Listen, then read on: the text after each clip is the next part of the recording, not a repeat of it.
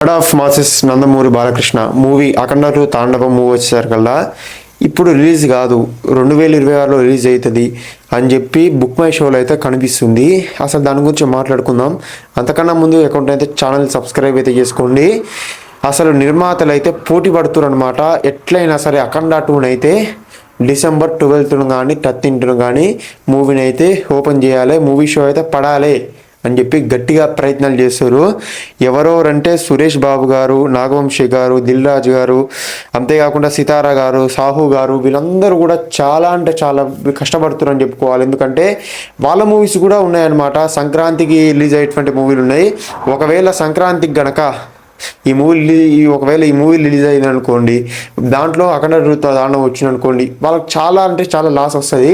అట్లా లాస్ రావద్దు, జనవరిలో రిలీజ్ కావద్దు, పక్కాగా డిసెంబర్ 12th 13th లోపల మొత్తం కూడా మూవీ అంతా కూడా కంప్లీట్ అయిపోవాలని చెప్పి వాళ్ళైతే టాలీవుడ్ అంతా కూడా ఏకమైపోయారు అనమాట. మన తెలుగు ఇండస్ట్రీ అంతా కూడా ఏకమైపోయి డైరెక్టర్స్ ప్రొడ్యూసర్స్ అంతా కూడా ఏకమయ్యి అఖండ 2 తాండవం మూవీకి ఉన్నటువంటి సమస్యలన్నీ కూడా తీర్పాలని చెప్పి గట్టిగా ప్రయత్నం చేశారు.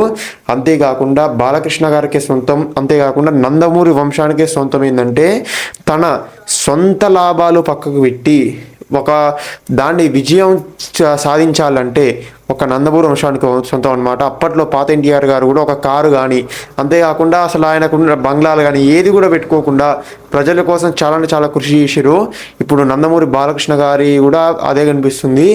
ఆయనకున్నటువంటి రెమ్యూనరేషన్లో సగం కంటే ఎక్కువ రెమ్యూనరేషన్ వరకు నాకు వద్దు, మీరున్నటువంటి అప్పులన్నీ కూడా తీర్పండి అని చెప్పి ప్రొడ్యూసర్ టీంకి అయితే ఇవ్వడం జరిగింది. డైరెక్టర్ కూడా కొంత అమౌంట్ అయితే ఇవ్వడం అయితే జరిగింది. అది అన్నీ పోగా ఇంకా 20 కోట్ల పైనే అప్పు ఉందని చెప్పి అంటున్నారు అనమాట.